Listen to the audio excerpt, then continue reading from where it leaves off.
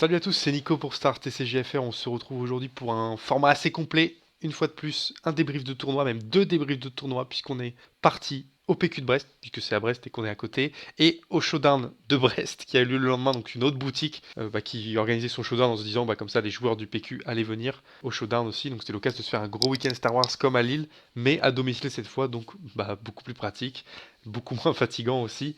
Donc c'est super. Programme d'aujourd'hui, on regarde la decklist. On a joué Anne 2 ECL, pas ECL, Data Vault, puisque je me suis dit, je me suis fait exploser par les Sabines avec mon Vador. Il va y avoir les mêmes Sabines, Dylan et Cyril qui vont être là. Donc si on vise le victoire du tournoi, il faut battre les Sabines. Pas le choix. Donc on part sur un deck qui counter Sabine. J'ai hésité entre Bosque rouge qui est proche de Malice Vador, mais Bosque, donc ça sort un peu plus tôt. Ça résiste beaucoup mieux à Sabine.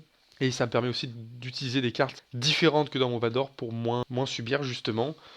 Donc je suis parti sur Anne quand même parce que je voulais tester et j'appréciais vraiment la facilité d'exécution.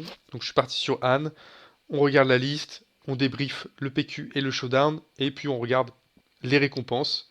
Voilà les récompenses. Et puis petite ouverture de booster à la fin pour voir, ça me permet de tester aussi le format d'ouverture de booster avec la caméra et qui me filme avec le PC. C'est parti, on se retrouve pour la decklist. Alors, je viens de faire une classique qui est d'avoir enregistré sans l'entrée micro. Donc j'ai le seum parce que je viens de passer, j'ai filmé et la decklist et j'ai filmé le résumé du PQ et du showdown sans le son. Donc je vais faire très vite parce que j'ai vraiment la flemme de repasser une heure à filmer tout ça. On voit la première version de la decklist avant le PQ. Je vais vous expliquer les commentaires, enfin les modifs que j'ai fait entre le PQ et le showdown après le résumé du PQ. Rapidement, je suis passé sur Anne de Data Vault. On voit pas les noms, tant pis, je les mets là. Hop, on voit mieux. Je mets ma tronche ici. C'est un deck agressif. Le but c'est de ban Sabine en ayant 33 HP, en étant en capacité de jouer les mêmes menaces que Sabine, éventuellement un tour plus tôt. Et on a des petits combos un peu sympas qui sont propres au deck. Donc qu'est-ce qu'on a comme combo sympa? On a Black One T1. On joue Black One. Quand il est amélioré, il a plus 1 plus 0. Et quand il y a Poe d'Emerald en jeu, en amélioration ou en unit, et on est boosté. Même en leader, ça marche, pardon. Donc on a Poe d'Emerald ici qui coûte 4, du 7-4. Je peux le jouer pour, pour 1 de moins, pardon. Donc je le joue au tour après Black One. Il arrive en amélioration sur Black One. Donc il n'y a pas les dégâts, en fait, le drawback de Han Solo Leader. Et j'ai un X-Wing en plus. Donc là j'ai une 6-6. Non, ça fait quoi? J'ai une 5-6 qui fait 1 de ping et une de 2 autour d'eux, ça a aucun sens comme combo. Donc ça c'est le truc en plus qui est fort par rapport à Sabine. Je joue ce petit mec là, ce petit rebelle, je sais pas quoi là, Underworld, qui a grit, donc en fait je peux le jouer pour 1, et c'est une 4-1, je peux le jouer avec R2, comme ça j'ai une 4-1 et une 1-4, au tour 1 c'est sympa, en fonction de si j'ai les ou pas, c'est une bonne chose à faire. En plus du coup je joue des trucs un peu plus late comme Wing Renforcement, Radius, je joue les Cham Main, et après bon, ça reste une liste assez classique. Je m'étais fait plaisir sur Surprise Strike, j'avais mis Surprise Strike pour surprendre, puisque du coup c'est un dégât en plus que les gens s'attendent pas forcément. Imagine t'es one off, le gars il se dit enfin t'es 3 off, le mec se dit ah au pire je prends Heroic Sacrifice ou Fleet Lieutenant ou Alpha machin, sachant que si j'ai pas l'init et que le truc est pas rebelle, toutes ces conditions disparaissent un peu, donc j'ai beaucoup moins de out. Avec Surprise Strike ça rajoute un out pour faire 3 dégâts qui n'étaient pas forcément comptés. Ensuite tout ce qui est late game là pour jouer contre les contrôles, on les a là avec Dragon Crate, Moine, et puis un troisième time, merde qu'on s'appelle Wing Reinforcement. J'avais mis les Eager embuscade pour jouer les Han Solo. Je savais qu'il y avait deux trois bons joueurs de Han Solo, donc pour peu que tu te prennes un faucon, avant qu'il ait un pilote, t'as envie de le gérer tout de suite. Sachant que là, avec ce deck, du coup, t'es en capacité de rejouer quelque chose quand même, éventuellement. Donc bon, voilà la liste de base. Je vais essayer de refaire l'histoire du PQ. Donc le PQ, pour le contexte, PQ à Brest, que 33 joueurs. Il y a quand même un top 8 parce qu'on est 33 joueurs. Pas grand monde a fait le déplacement hors Bretagne plus Nantes, on va dire. Mais donc du coup, il y a les meilleurs joueurs, entre guillemets, du coin qui étaient dispo, qui sont venus. Donc il y avait quand même un beau plateau de joueurs, c'était cool. On a revu tout le monde enfin tous les joueurs avec qui on a l'habitude maintenant de faire les gros tours. Hop, on discute, on prend notre petit déj parce que du coup le petit déj était offert dans la salle, donc c'était super cool. On discute un peu avec MacLeod au début et on se dit putain on connaît tout le monde, il y a beaucoup de mecs, ça fait vraiment chier de les jouer au début. Et MacLeod il fait bah ouais tu as typiquement Cyril, toi, Masta, Dimitri, j'ai pas envie de les jouer au premier tour parce que ça te pourrit ton tournoi, tu perds la première game, etc. Et je dis mais moi j'ai carrément envie de jouer Cyril au premier tour puisque j'ai designé le deck. Enfin j'ai designé le deck, le but du deck c'est vraiment de battre Sabine. Donc si je joue Cyril au premier tour que je le bats derrière je suis en confiance. Je pensais pas si bien dire parce que si on se met round 1 et qu'on fait le sur Nico, j'ai joué Cyril au premier tour. Malheureusement, j'ai perdu la première game puisque je me suis retrouvé à la première main avoir un Black One, mais rien d'autre derrière pour vraiment suivre. Et je me suis dit, mais si je joue Black One qui fait embuscade à wing avec son ECL, ou au prochain tour il fait juste Blue Leader, bah, il va trade, je vais avoir 0 unité, il va en avoir 2, je vais avoir une unité de retard. Mais c'est-à-dire qu'au tour d'après, il va jouer Sabine et une unité, donc il va avoir 4 unités ou éventuellement Sabine améliorée. Moi, j'aurai que 2 unités. Et sachant qu'il va value trade parce que Sabine, elle peut trade, ou son unité à 3, elle peut trade. Donc je vais me retrouver à prendre trop de retard, donc j'ai pas fait ça. J'ai voulu mulligan, j'ai eu que le pacificateur de Sundari qui était jouable, donc vraiment pas de bol. Je suis obligé de je le joue quand même. Il fait embuscade dedans, vu qu'il a que 3 points de vie, puisque j'ai dû le payer un de moins, mais j'ai mis 2 dégâts. Embuscade Battlefield Marine, fin du Sundari, donc il a quand même ce setup où il prend l'avantage sur le board, et où ça passe pas. La game 2, j'ai Battlefield Marine, donc il peut plus faire cette embouche value. Toutes les unités que je vais jouer derrière, il pourra jamais faire de value trade, donc c'est moi qui vais agresser, donc je vais gagner la game. La première, je la perds quand même à rien, puisque je me retrouve à un moment et Cyril il a 10 points de vie sur sa base, donc il est loin de perdre, mais j'ai un Blue Leader en... J'ai un truc qui fait 4 dégâts. Ah bah j'ai le vaisseau, pardon, le vaisseau 4-6, qui était 4-4 là. Le board est assez even, mais j'ai pu... Il a le board globalement, mais j'ai mon petit vaisseau. Je vais faire un premier surprise strike, je vais mettre 7, il passe à 17. Il va me taper un peu, il a pas encore le kill. Je refais un surprise strike, il passe à 24, et en fait bah, c'est tout ce que je vais faire. Il y a un moment où il a fait un bon trade, K2SO il survient à un point de vie, donc K2SO va mettre de la pression, etc. Et puis donc ça se rate à un point de vie malgré le value trade, donc assez serré. Et puis la dernière game, je suis obligé de faire un gamble. Il a l'initiative parce qu'il vient de perdre la game 2. Donc je sais qu'il va jouer soit Sabine, soit Battlefield Marine, soit un vaisseau. Je me garde un Black One en main et j'ai mon 4-3 Sentinelle, rebelle là. Et je me dis, si je joue Battlefield Marine, je fais ça, comme ça il peut jamais value trade, il est obligé de se suicider. Et ça me met bien, puisque je pars du principe que s'il met Battlefield Marine, il va pas avoir de Sabine en main, ça aurait pas de sens. Et effectivement, donc il fait ça, il est obligé de suicider, je vais gagner la partie parce qu'il pourra jamais faire de value trade, donc j'ai toujours cette avance que je vais pouvoir conserver toute la partie. Et à la fin, il me dit, mais mec, t'es un fou furieux. Moi, ce que j'ai mis en ressources, c'est Timely Interruption et Sabine. Mais je me suis dit que j'étais obligé de faire ce gamble, parce qu'à partir du moment où j'ai pas vu Sabine, il avait pas de raison d'avoir une autre Sabine en main. C'est-à-dire qu'il aurait que 3 cartes, ça a pas de sens. Enfin, je voyais pas en quoi ça avait du sens, donc pour moi c'était un bon gamble. Donc c'était effectivement risqué, parce que là, s'il fait Sabine Timely, bon, il perd Timely, donc à la limite ça lui coûte 2 cartes, pas mal, il a plus trop de cartes. Mais bon, derrière, il a quand même 2 unités qui font 3 par tour. Après, je sors mon Han, je peux tuer, mais ça peut être plus dur. Donc je bats Cyril comme ça. Round 2, on va jouer un deck très intéressant qui est Podamron, du 7-4. Je crois qu'il n'y en a pas d'autres, remarque. Avec un Colossus, donc là tu dis, what, 35 points de vie, ok. En fait, il a un deck extrêmement agressif puisqu'il peut jouer Black One tour 1 ou un autre vaisseau, puis commencer à déployer Po, puis mettre, comment ça s'appelle, on va peut-être voir la carte là en faisant ça. Covering the Wing, donc il va jouer un X-Wing, il va mettre un bouclier sur son vaisseau, il va foutre Han pilote dessus, et en fait il se retrouve Po d'un pilote dessus, donc il se retrouve extrêmement agressif. La chance que j'ai eue, c'est qu'au tour 1 de la première game, il a pas joué. J'ai fait quelques misplays dans la partie, mais je finis quand même par la gagner. Le misplay notable, c'est que j'oublie, on est un tour à 7 ressources. Je peux faire, il est presque mort, hein, ça se joue à pas grand chose. Donc je fais une première attaque avec Fleet Lieutenant que je paye 3 au lieu de le payer 2, puisque de toute façon je m'en fous de ce Fleet Lieutenant, la partie se finit là ou au début du tour d'après. Donc le Fleet Lieutenant il n'a pas d'importance. Donc je vais faire mes 2 dégâts, mais il me reste que 4 ressources, et à la fin du tour il est à 34 sur sa base, il a Luc posé, donc il va pouvoir trade un truc, me tuer une unité, ce heal de 3, donc je vais pas le tuer tout de suite. Au final je l'ai quand même tué. Sauf que si j'avais gardé mes 5 ressources en payant que 2 mon Fleet Lieutenant avec l'effet Han, je pouvais avoir Cassian en ressources, le redresser et finir la partie. Donc là, misplay quand même, parce que c'est un gros risque. S'il avait une bonne carte, une rédemption, etc., il aurait pu se heal 8 et là c'était la catastrophe. La game 2, il la gagne parce qu'il me fait du coup la sortie qu'il doit faire. Black One into Po. Black One into Po, ça fait une 5-1, sachant qu'il avait Covering the Wing, donc bah, je le regarde, je suis foutu. Il me tabasse, et en fait, chaque tour, il va taper avec, par exemple, le Black One à 5. Pour 1, il peut déplacer Po, donc il retape à 4 avec un autre donc extrêmement violent. Et puis la dernière game, j'ai réussi à m'en sortir en tradant, je crois, un premier vaisseau, et après en prenant le terrain, une bonne sortie aggro aussi, avec les vaisseaux qui donnent plus 2 quand on a l'initiative. C'est vrai que je vais pas montrer dans le deck, on peut repasser vite fait. Mais celle-là, vraiment cool, quand j'ai l'initiative, je donne plus 2, plus 0 unité.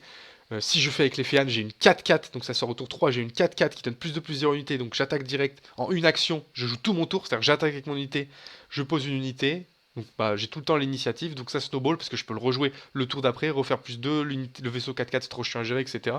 Donc c'est une carte qui est vraiment forte, donc c'est comme ça que je fais des mois, c'est une bonne stratégie pour gagner des games. Ensuite, game 3, première défaite, on joue contre Magic Braze. C'est très pénible parce qu'à chaque fois qu'il a l'initiative, il a toujours Pride. Typiquement, la première game, je la perds sur. Il fait Pride, ça commence à faire 5. Après, il commence à mettre un vaisseau, il fout un Vador dessus. J'ai pas, comme je l'ai dit, j'ai oublié de le dire. J'ai oublié, effectivement, dans cette decklist, j'ai oublié de mettre les anti-améliorations. J'étais convaincu d'avoir Confiscate en side. Je ne l'avais pas. Donc ça m'a niqué ça m'a niqué certains match-ups, même si c'est quand même passé. On verra que ça me pénalise énormément quand même déjà contre Boba, puisque bah, il va foutre Vador ou Boba sur des vaisseaux, j'ai pas de quoi les gérer. C'est une catastrophe, donc je perds, donc, notamment parce qu'il a Pride, toujours T1. Il y en a une que je gagne, ou c'est celle où j'avais l'init que j'ai gagné. Et puis la game 3, il me fait Pride T1. Je gère Pride avec Battlefield Marine, classique. Il joue Guerilla Soldier, donc bah, quoi qu'il arrive, ça va tout dans ma base, puisque bah, mon Battlefield Marine, il a plus qu'un point de vie. Et j'ai pas eu l'intelligence de jouer une autre unité avant pour bloquer Guerilla. Donc je perds, enfin je prends 10 bases autour d'eux, ça n'a aucun sens de prendre 10 bases autour d'eux. Il a une unité, moi j'ai deux unités, mais ça fait que sur le long terme, bah, il a mis trop de dégâts et je m'en sors pas. Honnêtement, j'ai le one-off sur cette game. Il y a un moment où j'aurais pu faire le vaisseau justement qui donne plus de quand il a l'initiative, faire 10 bases avec Poe, il passait à 23, j'avais Fit Lieutenant avec un K2 SO, ça faisait 6, il était à 29, et en fait lui, si je faisais ça, il tapait avec Boba, il faisait Raider plus Raid audacieux, ça faisait exact létal. J'ai préféré tuer Boba voulant jouer la sécurité, mais il se trouve que bah, du coup il a joué Raider. Le tour d'après, Raider s'est redressé, donc il a mis les 4 dégâts qu'aurait mis Boba, il avait bien Raid audacieux, donc ça faisait pile létal. Malheureusement, elle n'était pas gagnable, donc je la perds. Ensuite, je joue Mathieu, donc de Brest, qui jouait son Anakin, cette fois pas en Colossus. Il m'a dit qu'il préférait jouer du coup en 30 HP, justement parce que ça faisait quand même des mauvaises sorties. Colossus, je gagne les deux games, mais honnêtement, j'ai eu vraiment des sorties de ouf, et lui a pas eu des très bonnes sorties. Et vu qu'il a que 30 points de vie, bah, il se retrouve quand il sort Anakin slash éventuellement Luke, avoir déjà beaucoup de dégâts sur sa base. Donc moi je vais toujours avoir le reach pour finir la partie, notamment bah, avec soit For a Cause I Believe in pour mettre éventuellement 4 bases, soit un Time Intervention Poe slash Time Intervention Breaker, etc. Donc des dégâts en plus à trouver. Et puis le spatial qui est quand même assez fort dans mon deck au final. Enfin, qui peut prendre de l'importance. Et les decks ont souvent du mal à gérer ça. Donc ça passe. On est en 3-1, on joue contre Obi-Wan Rouge. Donc un deck qu'on n'a pas l'habitude de voir qui joue beaucoup de heal, beaucoup de gestion. Et au final, ça passe quand même parce que j'ai toujours systématiquement du spatial qui va le gêner. Je vais toujours pouvoir trade son arc 170 restauré, continuer à taper le haut. Et puis quand il joue Obi-Wan pour bloquer un peu mon Han et quelque chose, j'ai toujours Vreaker pour aller éclater un truc, éventuellement Vreaker embuscade. Donc les deux games ça passe un peu comme ça, même si la première game m'a fait un truc un peu sympa qui était, il joue deux fois top target sur mon blue leader, donc qui est unique. Ça le heal de 12 parce qu'il fait open fire dessus, donc il me gère un truc qui heal de 12. Le mec au tour où je sors Han, c'est-à-dire au tour 4, il a toujours 0 dégâts sur sa base. Puis finalement à coup de pot et de Vreaker, on arrive quand même à remonter la game. Ce qui fait qu'on est en 4-1. On joue contre Thomas qui joue Anakin, et en fait si on fait draw, on passe tous les deux en top 8, et tout le monde a fait ça en fait. La table 1, la table 2, la table 3. On a tous fait draw, je sais pas si on peut le voir ici. Hop, donc les trois tables. Bon bah Yves il a eu un bail, on était 33 effectivement. Les trois tables ont fait draw puisque du coup les 6 joueurs passaient en top 8. Mathieu gagne contre MacLeod donc il passe en top 8. Et Bourrin bat Magic Brest donc il passe en top 8. C'était le top 8 c'est ça. On verra après ce qu'on a. Ça c'est les matchs, parfait. Donc on a fait draw, on s'est dit qu'on allait quand même jouer les games pour voir. Il se trouve que je gagne la première assez facilement et gagne la deuxième bien. Moi aussi il a bien gagné la deuxième, propre, j'ai pas trop joué. Donc au final, il y a 1-1 et je crois qu'on n'a pas eu le temps de faire la dernière. Donc au final, ça a quand même fait draw. Même si en fait, vu qu'on s'était fait deck check, on avait 15 minutes de rab, mais on a pas ralenti le tournoi là-dessus quoi. Vu qu'on avait, enfin, on s'était mis d'accord pour faire draw, il n'y avait pas de raison. Donc au final, le top 8, qu'est-ce que c'est? Donc vous allez avoir les scores sur direct, c'est pas grave. Donc on a Dylan avec Sabine contre Bourrin qui joue Sabine. C'est Dylan qui passe 2-1, donc bah, chaud, hein, un miroir de Sabine. On a Thomas avec Anakin bleu, base à 30 contre Mushashi avec Red Data Vault. C'est Thomas qui gagne avec donc son Anakin bleu. Très bien. J'ai aucune idée de quelles sont les clés du match-up. Effectivement, je pense qu'Anakin il punch un peu plus que Rey. Pour peu que tu joues par Rival's Fall, Anakin il peut vraiment te foudroyer. Donc je pense que ça doit être ça à peu près les raisons pour lesquelles se joue le match-up. Et vu que l'autre il joue en 50 cartes ou en 60, t'as des effets de dilution qui font que tu dois être un peu moins constant quand même. Masta perd sur le Gar Saxon de Mathieu. Donc Masta il était en Han jaune, enfin en Han du 7-1 vert. Donc effectivement un peu relou de jouer contre un Gar Saxon puisque tu peux jamais prendre de trade et l'autre va être très agressif. Donc si t'as pas une très bonne sortie c'est dur. Et puis moi je joue contre le Bosque bleu de Kawa. Et ça se passe vraiment mal. La première game je me rappelle même plus, j'ai beau essayer de m'en rappeler. Je joue un tour 1 assez faible qui va en fait bah, juste mettre une prime dessus, faire tranquillou du Bosque. Puis à un moment il va se heal de 12 avec Bosque, et puis je tape, je tape, je tape, j'arrive à 28 ou 27, je prends une première vigilance, et après Palpatine Avenger. J'arrive pas à terminer. Pas une sortie incroyable, moi j'aimerais bien avoir du spatial contre lui, je le trouve pas. Ce spatial, je vais le trouver en début de game 2 avec un Black One. Donc là, direct, il est bloqué parce que s'il met une prime sur Black One, je vais lui foutre des 3 par tour. Et il va mettre un peu de temps à le tuer avec l'effet Bosque. Donc il est obligé de prendre l'initiative Open Fire. Moi, je déploie un Cassian, 3-5, un R2, 1-2. Donc je vide vachement ma main pour lui mettre la pression. Sauf qu'il va jouer Shitsun. Il a 4 cartes en main. Je me dis, t'as pas 4 cartes bleues quand même. Ce serait vraiment chiant. 4 cartes bleues, il joue Shilson 6-6. Donc là, bah, j'ai mon Cassian, mon R2 qui se regarde et ils sont en mode c'est la merde. J'ai un Fleet Lieutenant en main, je joue Fleet Lieutenant, je fais 2. Enfin, je booste Cassian, hop, ça fait 5. Je finis avec R2, je gère mon top deck, etc. pour essayer de trouver des choses. Je trouve pas grand chose malheureusement. Ma main, c'est pas exceptionnel. J'ai 2 for a cause, pas trop de late. J'ai du ressource crate dès le début parce que mon but, c'est pas de gagner à crate. Hein. Mon but, c'est de gagner bien avant et puis il faut que je garde des cartes. J'ai voulu garder R2 pour gérer un peu mon top deck aussi. Il se trouve que le tour d'après, il rejoue Shilson. Toujours 4-4. Enfin, toujours 6-6 du coup. Donc là, c'est Lieutenant et Anne qui partent dedans. Donc, mec, avec 2 Shilson, il m'a géré 4 units. La value est énorme. Il se trouve qu'après, mes 2 tours d'après, c'est fort cause. Gérer un peu mon top deck, rien trouver de bien, je dois acheter. Deuxième fort cause, bah ouais, bah je sais déjà ce qu'il y a. Bon, ok. Et puis après, je me retrouve à pas avoir trop de choses. Je me retrouve avec des Ewing Reinforcement qui touchent pas énormément de choses. Enfin, je sais même pas ce que je veux toucher. En fait, si je mets une seule unit, je me prends un removal, donc je suis obligé de spread. Mais bah, il a Bosque sur le terrain. Lui, j'ai jamais géré Bosque. Bosque, il est là en train de taper. Peinard, il met un client. Bon, bah voilà. Donc je perds ingagnable la game finalement.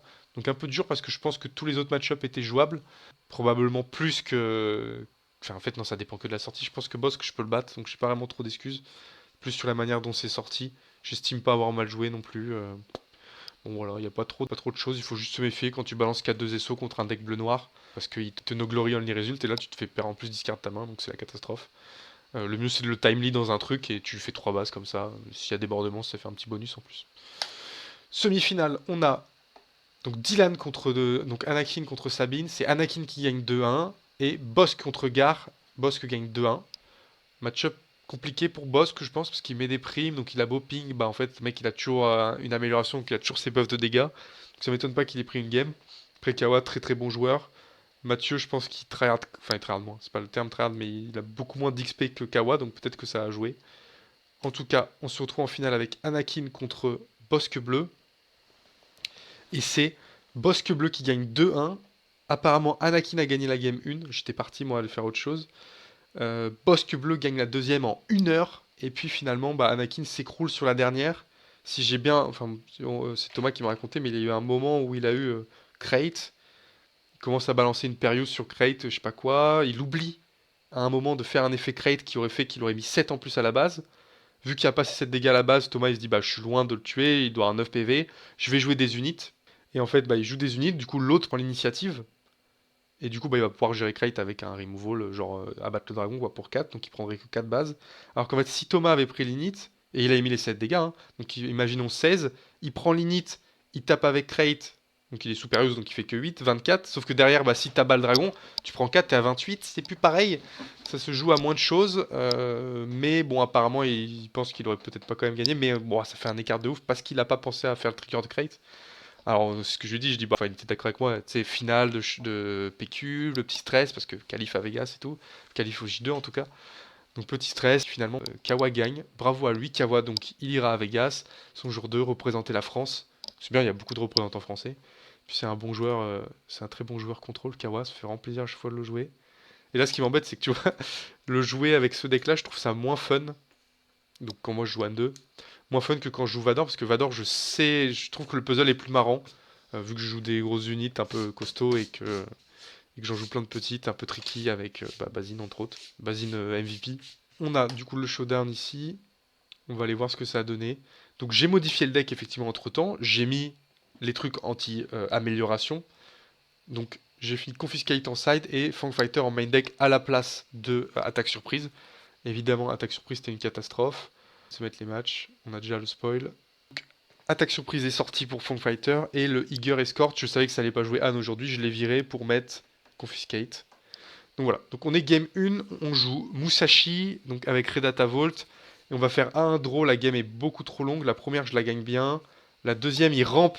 Sauf que moi, j'ai viré Shamsindula de mon deck en oubliant que Ré, ça pouvait faire Ré à pro. Donc je la perds parce que à partir du moment où il a de l'avance, il va se heal beaucoup trop fort. La game 2, je remets mes Sham main deck. Effectivement, il va ramp T2, je vais pouvoir Sham T3. Et là, j'ai un board monstrueux. J'ai vraiment une bonne main. J'ai Poe, j'ai Confiscate s'il me traite un truc. Et puis au final, la game va durer. Je vais pas arriver à finir. Il y a plusieurs moments où j'ai vrai cœur en main. Et si je top deck Timely, j'ai gagné. Si je top deck For a Cause, j'ai gagné. Mais Iggy, ça arrive pas. Donc au final, la game dure, la game dure, la game dure. Et ça fait match nul. Donc ça pourrit un peu le tournoi puisque tu te retrouves à 8. Alors c'est un showdown à 8, hein. On sait qu'on est top 8. Mais néanmoins, le but c'est d'aller le plus loin possible pour le reward évidemment. Et pour le kiff. Mais du coup, on perd la première alors qu'il faut gagner 2 games ou éventuellement il y a un monde où en faisant 2 draws ça doit passer. Du coup, match nul sur la première, je me retrouve du coup, il y a un de nous deux qui est sous-appareillé, sauf que c'est moi, donc Mushashi joue Mathieu qui joue cette fois aujourd'hui Red Datavolt aussi, donc eux ils vont faire match nul. Donc là ça commence à être vraiment le bordel. Lena bat Magic Breath toujours en boba. Moi je suis sous-appareil contre Clem qui joue Gar Saxon jaune. Les games sont serrés mais la première il veut race et je race plus vite. Et la deuxième, alors que je pense qu'il peut race un peu plus vite, là il décide de faire les trades. Mais match-up pas évident, vu que j'avais eu les Sundari, je pouvais me heal et faire des bonnes values aussi. Donc je gagne 2-0.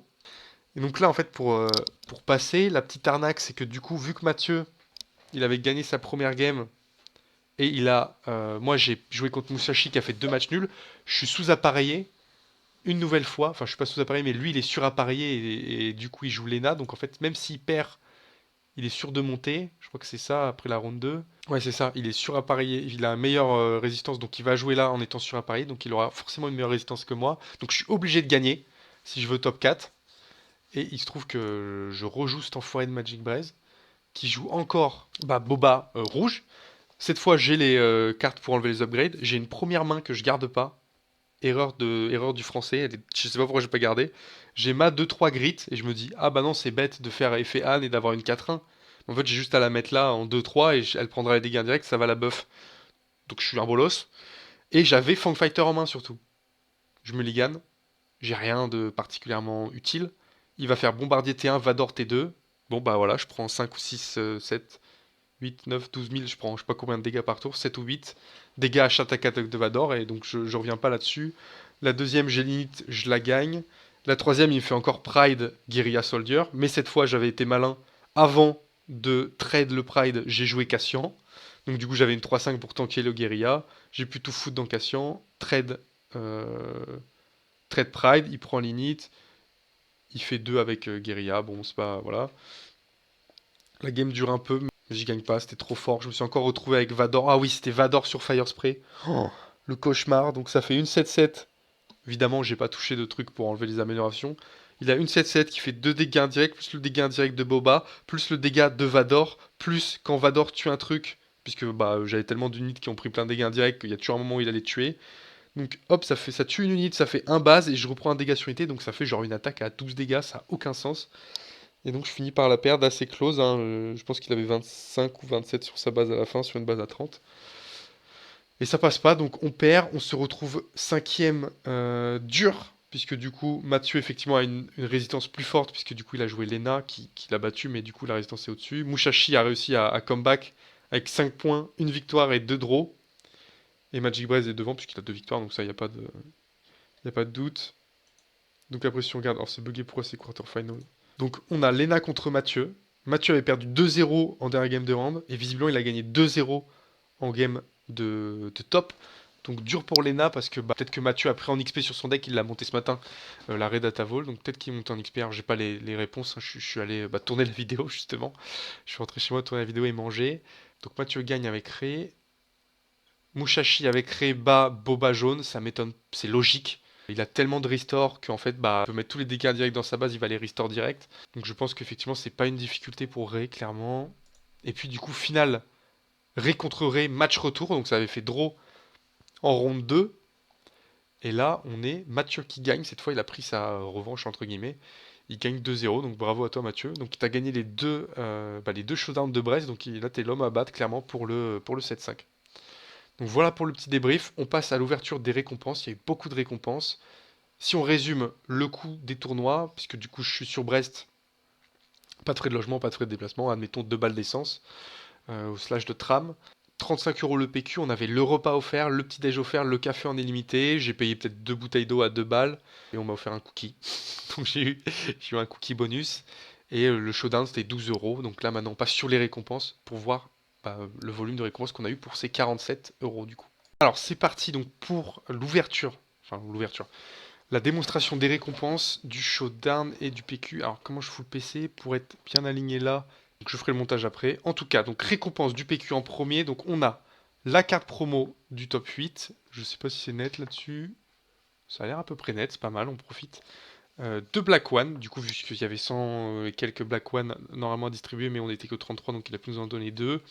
Donc voilà, donc ça c'est les récompenses top 8. On a un petit sac que vous voyez là. Dans ce petit sac, on a un max de boosters qu'on va s'ouvrir là pour la plupart. Je vais en garder pour une vidéo ouverture plus tard, parce que du coup là je teste le format.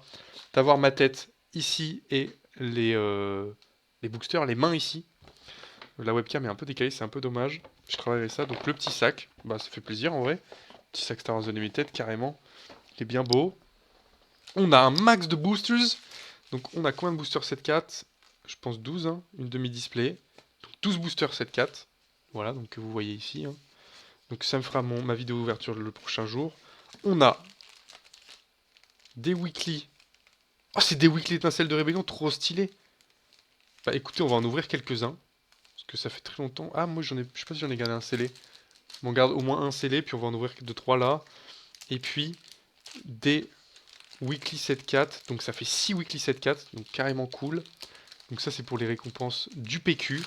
Donc 12 boosters normaux, 6 boosters weekly du 7.4 et 5 boosters weekly du 7.1, donc ça fait grave plaisir. Et puis si on regarde les récompenses du showdown qui sont juste là, le petit Bosque promo, le petit Dévastator top 8. Du coup, bah en T8, facile d'avoir un Dévastator top 8. Donc hop, les petites récompenses. 2 weekly du 7.4. Alors j'ai remarqué un truc très bizarre.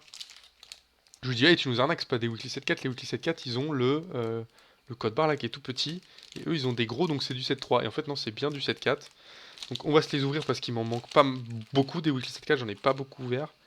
Donc c'est l'occasion de voir un peu aussi comment ça rend d'ouvrir les boosters. Et on a eu 2 boosters normaux, donc on a 14 boosters en tout, 8 weekly 7.4, tac, 5 comme ça. Les promos pour du coup 47 euros et 2 jours de ma vie. Est-ce que c'est worth? Je sais pas. En tout cas, on est parti pour ouvrir ça. Et on va se mettre le classeur de collection à côté pour compléter en live. La question c'est où est-ce qu'il est, ce truc. Mhm. Et il est là. Ah non. Ah si, il est là. Hop. Donc on va se mettre le classeur en dessous. Est-ce que ça rend bien? Déjà les boosters là, je peux les tège. Hop. On va pas les mettre là. Un max de boosters. Tac. Tac, tac. Le petit classeur on le fout là. Je suis en train d'appuyer partout sur l'ordi, je sais pas ce qui se passe. Ça c'est... Ah mais vous allez rien voir en fait. Un peu naze. Bon, tant pis.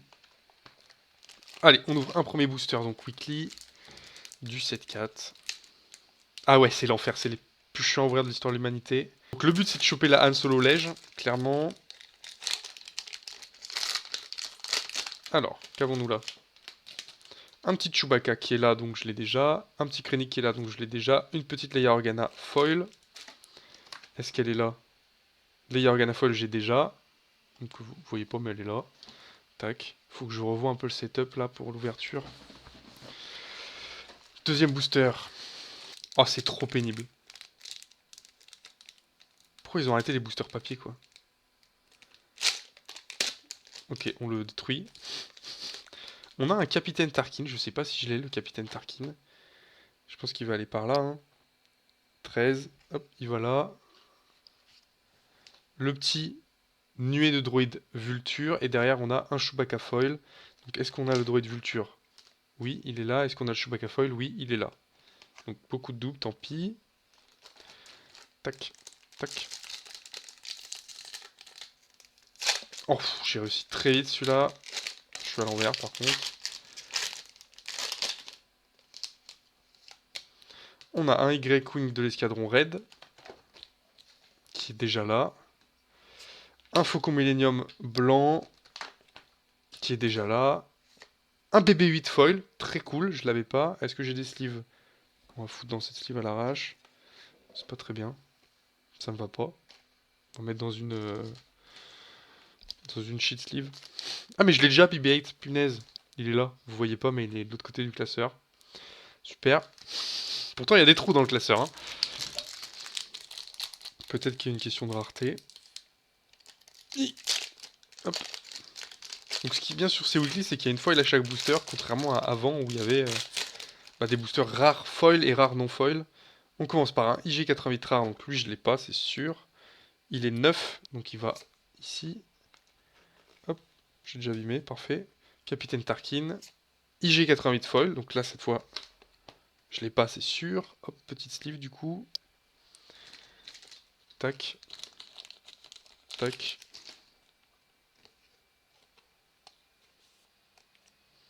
Donc on va le mettre. C'est 29, donc ça va juste à côté de BB-8 ici. Tac. On poursuit, il nous reste 4 petits boosters. Très bien de compléter. Puis après ce sera du full trade. Hein. Le truc c'est qu'il faudrait quand même avoir le Han Solo Lèche parce que je pense que c'est plus dur de trade. Ça doit être la carte la plus dure à trade en vrai. On a du jaune là. Donc on a un Krennic, un Boba Fett, il est carrément stylé. Donc là je l'ai pas, c'est sûr, je l'ai jamais vu. Et la nuée de droïde Vultour en foil que j'ai déjà. Si je dis pas de bêtises. Elle est là effectivement. Tac, le Boba je l'avais jamais vu, il est trop cool. Donc jaune noir ça va en 15 ici. Vous voyez pas, très bon setup. Il reste 3 boosters.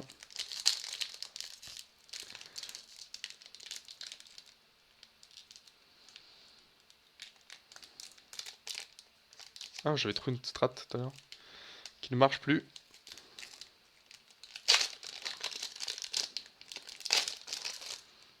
Alors, c'est du vert là. Qu'avons-nous? Chewbacca, qui est déjà possédé. Abattre, qui est déjà possédé. Un Faucon Millennium Fall, qui est déjà effectivement ici. Dur, dur, dur. Beaucoup de doubles. En même temps, il y a peut-être plus beaucoup de trous, remarque. Si, il manque le 21 là. C'est quoi le 21? C'est Krennic, il manque Krennic Foil. Effectivement, c'est dommage de ne pas l'avoir, il est cool.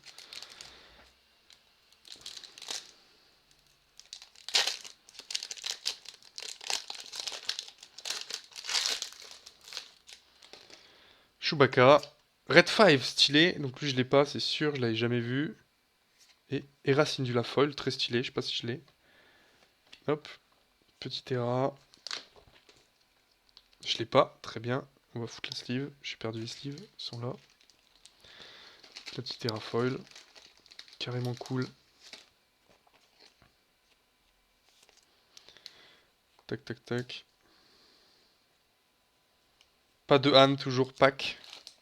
Il va falloir faire plus d'events, mais je pense qu'on va aller faire le showdown à Pontivy. Et connaissant ce bon vieux Seb, il va lâcher un max de booster. Donc ça permettra de compléter un peu les weekly. Hop. On a une Hera qu'on vient de voir, le petit Y-Wing qu'on a déjà vu, et Chewbacca Foil qu'on a déjà. Donc finalement un max de cartes en double.